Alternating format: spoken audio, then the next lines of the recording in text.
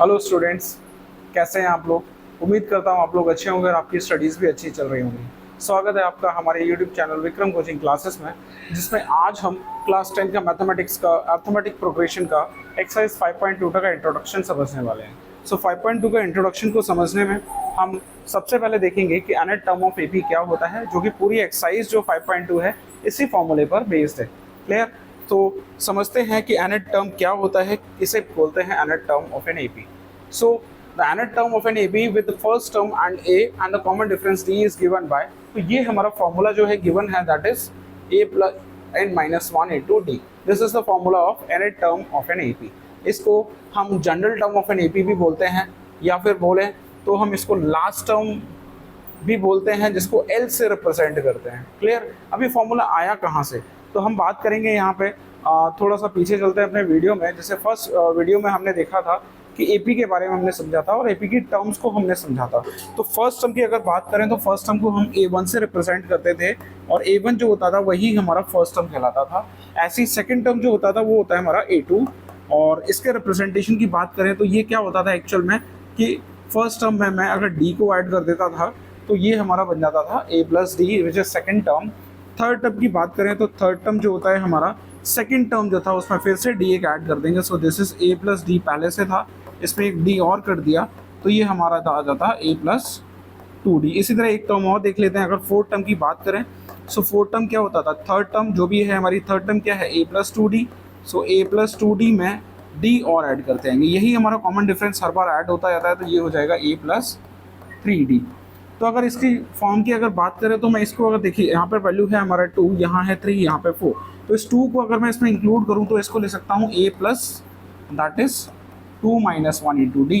इसी तरह अगर थर्ड टर्म की बात करें तो इसको ले सकता हूँ 2 की जगह, that is A plus 3 minus 1 into D. और ऐसे ही फोर्थ टर्म की अगर बात करें तो इसको रिप्रेजेंट कर सकते हैं A plus 4 minus 1 into D.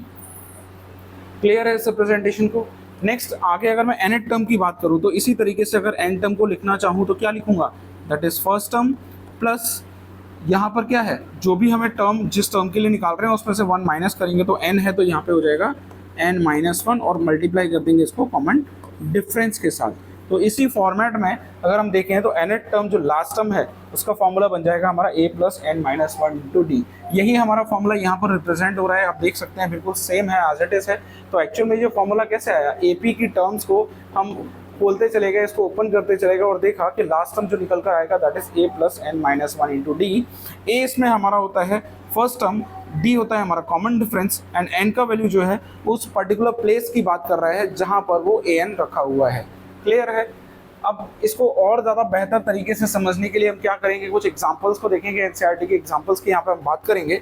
सो सबसे फर्स्ट एग्जांपल की बात करें, that is example number 3, find the 10 term of an AP. एक एपी हमें दे रखा है जिसमें जो है हमारा 2, 7, 12 एंड डैश डैश डैश। तो फर्स्ट टर्म की बात करें तो ए का वैल्यू यहाँ पर हो जाएगा हमारा 2, ए हमारा हो गया 2। कॉमन डिफरेंस की बात करें तो कॉमन डिफरेंस हो जाएगा हमारा 2 कॉन्सिक्यूटिव टर्म का डिफरेंस। सो क्या करेंगे, यहाँ पर हम सेकेंड टर्म में से फर्स्ट टर्म को माइनस कर देंगे। सो A2 का वैल्यू है 7 एंड A1 का वैल्यू है 2, एंड 7 माइनस 2 आ जाएगा हमारा यहाँ पे 5। तो D का वैल्यू हमें पता है, A का वैल्यू भी हमने इसमें से निकाल लिया। अब हमसे बोला है कि 10 टर्म फाइंड करिए, तो 10 टर्म के लिए फॉर्मूला क्या हो जाएगा, सबसे वही फॉर्मूला लगेगा, that is A equal to A plus n minus 1 into D. अब 10 टर्म निकालने के लिए बोल रहा है, इसका मतलब n का वैल्यू कितना लेना पड़ेगा, यहाँ पर हमें 10 लेना होगा। तो पुट करते हैं यहाँ पे, और ये हो जाएगा हमारा A 10 इज इक्वल टू, ए का वैल्यू देखेंगे यहाँ पे 2 है और डी का वैल्यू यहाँ पर 5 है। सो ए का वैल्यू यहाँ 2 पुट करेंगे, एन का वैल्यू यहाँ पर 10 है, सो 10 माइनस 1 इंटू डी का वैल्यू हो जाएगा हमारा 5, which is 2 plus 10 minus 1 is 9 into 5, and this one is 9 5 45 plus 2 is 47।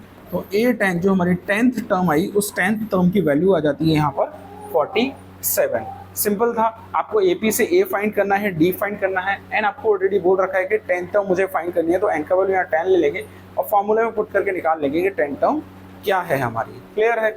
आगे कुछ और एग्जांपल्स को भी देखते हैं। एग्जांपल है हमारा example number 4, which term of an AP that is 21 18 15 dash dash dash is minus 81। तो सबसे पहला पार्ट, इसमें 2 पार्ट में क्वेश्चन पूछा गया है। सबसे पहले पार्ट में क्या पूछा है कि माइनस 81 इस एपी में कौन सी जगह पर आएगा। या कौन से प्लेस पर आएगा। क्लियर। सो यहाँ पर क्या करेंगे, एपी से सबसे पहले तो इन्फॉर्मेशन निकालेंगे, दैट इज यहाँ पे फर्स्ट टर्म है हमारी 21। डी की अगर बात करें तो डी होता है हमारा कॉमन डिफरेंस, दो कॉन्जिक्यूटिव टर्म के बीच का डिफरेंस होता है, दैट इज हम दो टर्म निकाल लेते हैं A2 और A1 का difference, which is 18 minus 21। So 18 minus 21 हो जाएगा हमारे यहाँ पर माइनस का 3, कॉमन डिफरेंस आ गया हमारा -3, ए का वैल्यू हम निकाल चुके हैं 21। अब हमें क्या करना है, इसमें -81 को चेक करना है कि ये कौन से प्लेस पर आएगा। तो एक्चुअल में हमें क्या फाइंड करना है, n का वैल्यू फाइंड करना होगा। सो हम फॉर्मूला यूज करेंगे, that is an equal to a plus n minus 1 into D. an का वैल्यू यहाँ पर हम ले लेंगे -81। हमने मान लिया कि वो कौन से प्लेस 81 है वो वैल्यू, और यहाँ पे a का वैल्यू अगर पुट करें तो वो है हमारा 21 plus n minus 1 into D का वैल्यू कितना है यहाँ पे माइनस का 3। सॉल्व करेंगे इसको, सो -81 इक्वल टू 21, ब्रैकेट अगर मल्टीप्लाई करें तो ये हो जाएगा माइनस का 3n and -1 into -3 is +3 which is 21 plus 3। तो ये 21 प्लस 3 हो जाएगा हमारा 24 minus 3n and this one is minus का 81। मैं इस -3n को इधर ले आता हूँ, सो ये हो जाएगा हमारा माइनस का 3n and this is 24 minus 81 हो जाके प्लस का 81 हो जाएगा। -3n इधर आके प्लस का 3 हो चुका है। सो 24 प्लस 81 दिस इज 105 एंड यहाँ पर आ रहा है हमारा 3n, और यहाँ से n का वैल्यू आ जाएगा 105/3। कैंसिल आउट करोगे, सो 3 3 9 एंड 3 5 15, तो n का वैल्यू यहाँ पर आ चुका है 35। इसका मतलब 35 वो प्लेस है जहाँ पर वैल्यू क्या रखा हुआ है, -81 रखा हुआ है। तो पहला पार्ट यहाँ पर हम कंप्लीट कर चुके हैं।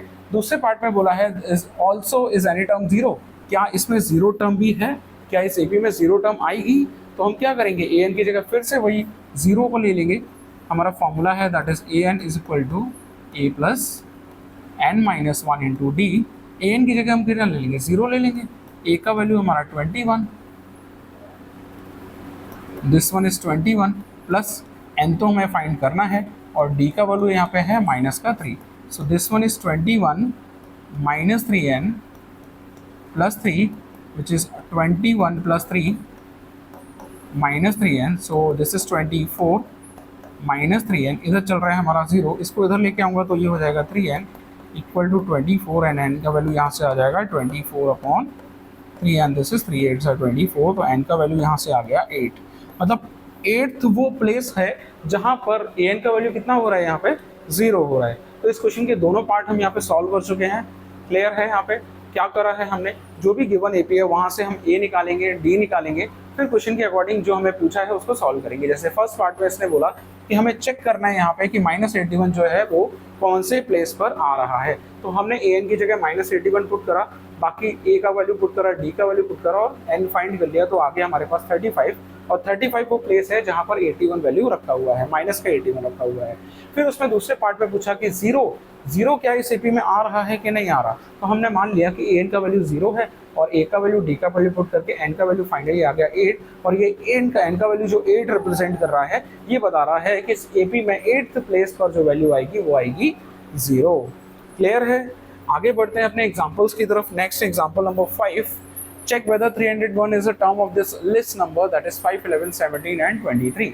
तो एक्चुअल में यहाँ पे हमें एक एपी दे रखा है, और इस एपी में चेक करना है क्या ये 301 इसमें आ रहा है कि नहीं आ रहा।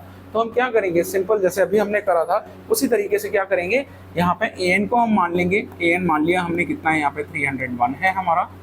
एपी की बात करें तो एपी से ए का वैल्यू यहाँ से आ जाएगा 5, डी की वैल्यू बात करेंगे तो दो consecutive term that is a2 minus a1 करेंगे। सो a2 का वैल्यू है 11, a1 का वैल्यू है 5, 11 माइनस 5 होता है हमारा 6। तो डी का वैल्यू पता लग गया, ए का वैल्यू पता लग गया, ए एन भी हमने मान लिया। अब क्या करेंगे, ए पी के उस फॉर्मूले को, nth टर्म के फॉर्मूले को यूज़ करेंगे एंड चेक करेंगे क्या ये 301 इसमें आ रहा है कि नहीं आ रहा।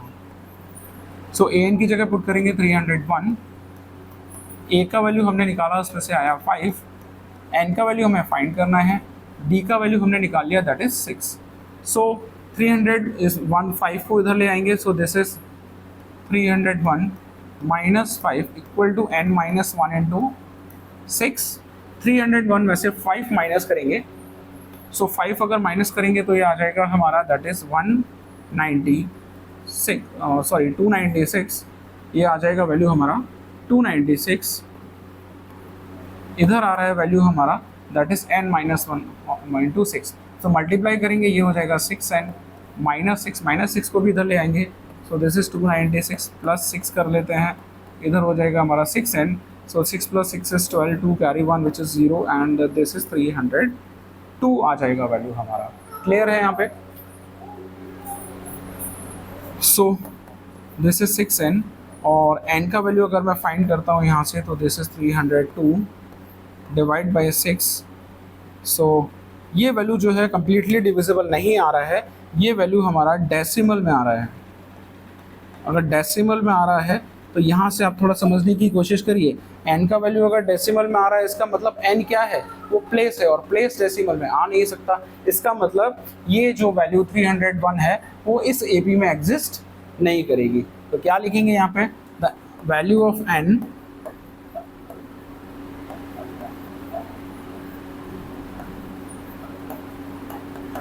is in decimal and the place of any number is not in decimal। मतलब क्या है कि यहाँ पर जो वैल्यू हमने निकाला, ये वैल्यू हमारा किस में आ रहा है? ये वैल्यू हमारा डेसिमल में आ रहा है, बट किसी भी नंबर का जो प्लेस है वो डेसिमल नहीं हो सकता, वो इंटीजर्स की फॉर्म में आएगा। That is first place, second place, third place, complete number आएगा, कभी भी डेसिमल या फ्रैक्शन में नहीं आएगा। तो इसीलिए हम कह सकते हैं कि 301 इस AP में नहीं आएगा। क्लियर है? आगे बढ़ते हैं अपने क्वेश्चन में, अगले एग्जाम्पल की तरफ बढ़ते हैं। That is example number 7, how many 2 digit numbers are divisible by 3। यहाँ पर हमें बताना है कि 2 डिजिट वाले ऐसे कौन कौन से नंबर हैं जो 3 से डिविजिबल हैं। तो अगर 2 डिजिट नंबर की बात करें तो नंबर तो स्टार्ट होता था एक्चुअल में हमारा 10 से, बट ये डिविजिबल नहीं है। 11 भी हमारा डिविजिबल नहीं है, बट 12 की बात करें तो हमारा 12 जो है वो 3 से डिविजिबल है। अब अगर 3 से डिविजिबल है तो पहला नंबर मिल गया मुझे 12, दूसरा नंबर हो जाएगा 15, तीसरा नंबर हो जाएगा 18, और ऐसे ही लास्ट डिजिट की बात करें तो 99 हमारा लास्ट डिजिट नंबर होता है, और ये भी 3 से डिविजिबल होता है। तो फाइनली हमें यहाँ पर AP मिल चुका है, जिसमें फर्स्ट टर्म है हमारी 2। कॉमन डिफरेंस की बात करेंगे तो 3 का डिफरेंस आ रहा है, तो D आ जाएगा 3, एंड लास्ट टर्म की अगर बात करें तो AN हमें यहाँ पे दे रखा है 99। तो टोटली कितने नंबर्स हैं, कैसे फाइंड करेंगे? AN का फॉर्मूला लगाएंगे, that is AN = A + n - 1 × D। AN का वैल्यू यहाँ पे 99 पुट करेंगे, इज इक्वल टू A का वैल्यू है यहाँ पे 12 प्लस n - 1 × D का वैल्यू है यहाँ पे 3। सो 99, 12 को इधर ले आएंगे तो नेगेटिव हो जाएगा, दिस इज n - 1 × 3। 99 - 2 करेंगे तो 9 - 2 is 7 and 9 - 1 is 8, which is equal to n - 1 × 3। n - 1 को यहीं पे रखेंगे, 3 हमारा डिवाइड हो जाएगा, तो दिस इज 87/3। 3 2 से 6, 3 9 से 27, which is 29 equal to n - 1। ये 1 इधर आ जाएगा तो ये हो जाएगा 29 + 1 = n, और फाइनली हमारा n का वैल्यू आ जाएगा, वो आ जाएगा 30। इसका मतलब क्या है? इस AP के अंदर टोटल टर्म्स कितनी है? 30 है। इसका मतलब 2 डिजिट नंबर जो 3 से डिविजिबल है वो एक्चुअल में टोटल है क्वांटिटी में 30। n का वैल्यू यहाँ पर आ जाता है हमारा 30। बढ़ते हैं अगले एग्जाम्पल की तरफ। Question number example number 8, find the 11th term from the last term towards the first term of the AP। एक AP हमें गिवन है और हमें यहाँ पर बोला है कि इस AP की लास्ट से 11th टर्म कौन सी होगा। लास्ट से स्टार्ट करना शुरू करूँ तो 11th टर्म कौन सी आएगी। सो अगर मैं लास्ट से स्टार्ट कर रहा हूँ तो आप देख रहे हैं ये जो फर्स्ट टर्म होगा वो हमारे लिए लास्ट वाली टर्म हो जाएगी, दैट इज A का वैल्यू हो जाएगा -62। क्लियर? D की बात करें तो D अगर कॉन्सिक्यूटिव टर्म की बात करें तो यहाँ पर लेंगे हम ये वाली टर्म जो लास्ट में रखिए 10 - 7, एंड 10 - 7 होता है हमारा 3, तो D का वैल्यू यहाँ से आ गया हमारा 3। A का वैल्यू हमें पता है। अब 11th टर्म फाइंड करनी है तो n का वैल्यू भी हमें दे रखा है, कितना है? 11 है। फॉर्मूला यूज़ करेंगे AN, that is AN = A + n - 1 × D।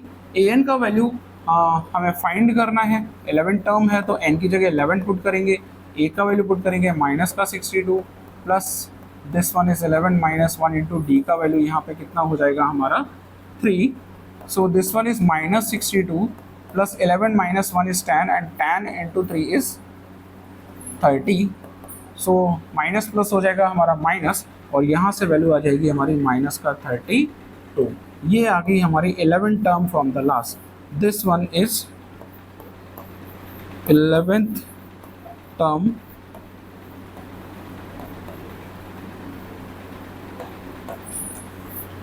From the last से स्टार्ट करेंगे तो 11th टर्म आ जाएगी हमारी माइनस की 32. क्लियर है यहाँ तक? आगे बढ़ते हैं अपने एग्जाम्पल में इसी तरीके से. एग्जाम्पल नंबर 9 की बात करेंगे. Sum of 1000 rupees invested at 8% simple interest per year. So calculate the interest at the end of each year and do this interest forms an AP. तो सबसे पहले तो चेक करना है कि इसके द्वारा इंटरेस्ट जो मिल रहा है वो इंटरेस्ट जो है वो एपी बना रहा है कि नहीं बना रहा है. क्लियर? और अगर एपी बना रहा है तो 30th ईयर के एंड तक हमें कितना इंटरेस्ट मिलने वाला है वो हमें बताना पड़ेगा. तो सिंपल इंटरेस्ट का फॉर्मूला हम यहाँ पे देखेंगे. सिंपल इंटरेस्ट का फॉर्मूला होता है that is P into R into T upon 100. अगर मैं फर्स्ट ईयर की बात करूँ, फर्स्ट ईयर इंटरेस्ट की अगर बात करूँ तो प्रिंसिपल है हमारा 1000, रेट ऑफ इंटरेस्ट है हमारा 8, टाइम हमारा फर्स्ट ईयर अपॉन में 100. सो 100 से ये 2 0 कैंसिल हो गया, आ गया वैल्यू कितना हमारा 80. अगर सेकेंड ईयर की बात करूँ इसी तरह के तो n की जगह कितना पुट कर देंगे, दैट इज टाइम की जगह हम पुट कर देंगे 2. So this is 1000. Principal same रहेगा, इंटरेस्ट भी हमारा सेम है, टाइम हो जाएगा 2 अपॉन 100. कैंसिल करेंगे तो 8 to the 16 विच इज़ 160 आ जाएगा. नेक्स्ट ऐसे ही थर्ड टर्म और निकाल के देख लेते हैं क्या इसमें भी सेम आ रहा है. सो थर्ड ईयर जो होगा that is 1000 into 8 into 3 whole divide by 100 अगर कर देंगे तो कट जाएगा 8 3 से 24 विच इज़ 240. और हम देखेंगे जो हमें एपी मिल रही है वो क्या मिल रही है. फर्स्ट ईयर के लिए इंटरेस्ट मिल रहा है 80, सेकेंड ईयर के लिए 160 एंड थर्ड ईयर के लिए मिल रहा है 240. क्लियर? तो आप देख रहे हैं सब में कॉमन डिफरेंस हमारा सेम आ रहा है. ए का वैल्यू यहाँ से मिल गया हमें 80, डी का वैल्यू देखेंगे क्या हो जाएगा तो 160 minus 80. So 160 minus 80 equal to 80. Common difference हमारा आ गया 80, फर्स्ट टर्म आ गई हमारी 80. एंड अब मुझे क्या करना है 30th ईयर के लिए निकालना है, मतलब n इक्वल टू 30 के लिए अगर निकालना है तो अब मैं an का फॉर्मूला यूज़ कर सकता हूँ that is an equal to a plus n minus 1 into D. So an का वैल्यू हमें यहाँ पर फाइंड करना है और n क्या रखेंगे यहाँ पे 30 रखेंगे. तो a 30 is equal to a का value 80 plus 30 minus 1 into D का वैल्यू कितना है यहाँ पे, डी का वैल्यू भी है हमारा 80. सो this one is 80 plus this कितना हो जाएगा, इसको मल्टीप्लाई करूँगा तो 8 3 are 24 and this one is 00 minus का 80. सो 80 से 80 कैंसिल हो जाएगा और आ जाएगा आपका 2400. ये इंटरेस्ट फाइनली आ चुका है हमारा 30th ईयर का. इतना इंटरेस्ट जो है वो 30वीं साल में हमें मिल जाएगा. क्लियर है?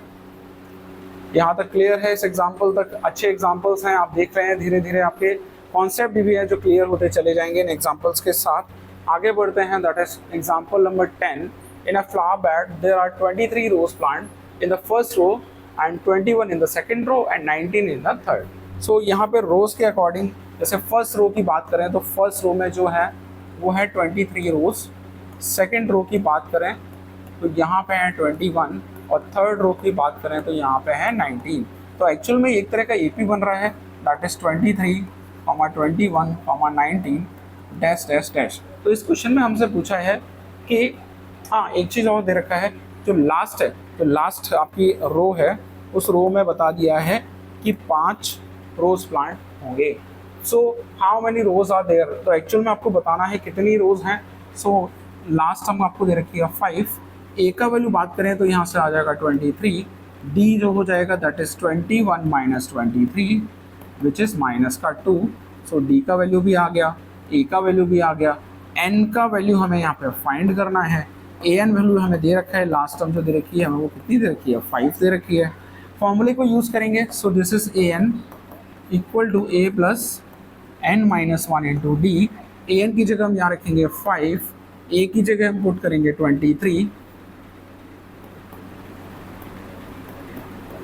This one is n minus one into D का वैल्यू कितना है यहाँ पे माइनस का 2, सो 5 equal to 23 plus n into minus two, n into minus two is minus का 2n और minus one and 92 is plus का 2, सो 23 plus 2 is 25 minus 2n and this one is 5, ये 25 इधर आ जाएगा तो ये हो जाएगा 5 minus 25 equal to minus 2n, so this one is minus 20 equal to minus 2n, minus से माइनस कैंसिल हो जाएगा और n का वैल्यू यहाँ से आ जाएगा 20/2 विच इज़ 10, तो n इक्वल टू आ गया हमारा 10 और n इक्वल टू 10 रिप्रेजेंट क्या कर रहा है कि टोटल नंबर ऑफ रोज जो है इसमें वो है हमारी टोटल 10।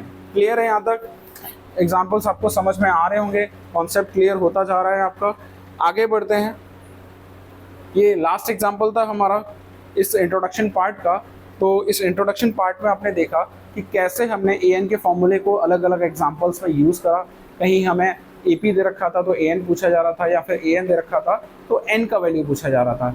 इन बेसिक्स पर आप थोड़ा ध्यान देंगे, इस nth फॉर्मूले को आप समझने की कोशिश करेंगे तो आपको दिक्कत नहीं आएगी। एक ही चीज़ का इसमें ध्यान रखना है कि n और an में डिफरेंस होता है। a1, a2, a3 उस प्लेसेस पर वैल्यूज़ हैं। जैसे फर्स्ट प्लेस की बात करें तो first place is n equal to 1, second place is n equal to 2।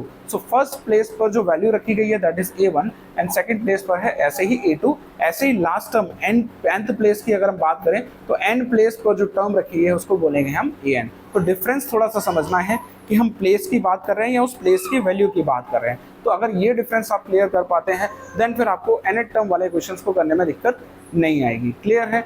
इस बेसिक इंट्रोडक्शन पार्ट को एक्सरसाइज सेकंड का जो इंट्रोडक्शन हमने यहाँ पर देखा और समझा है, इसको एक बार आप दोबारा से देखिए, आपके कॉन्सेप्ट थोड़ा और क्लियर हो जाएंगे। मिलते हैं अगले वीडियो में इसकी एक्सरसाइज के साथ, तब तक आप रिवाइज करिए और अपना ध्यान रखिए।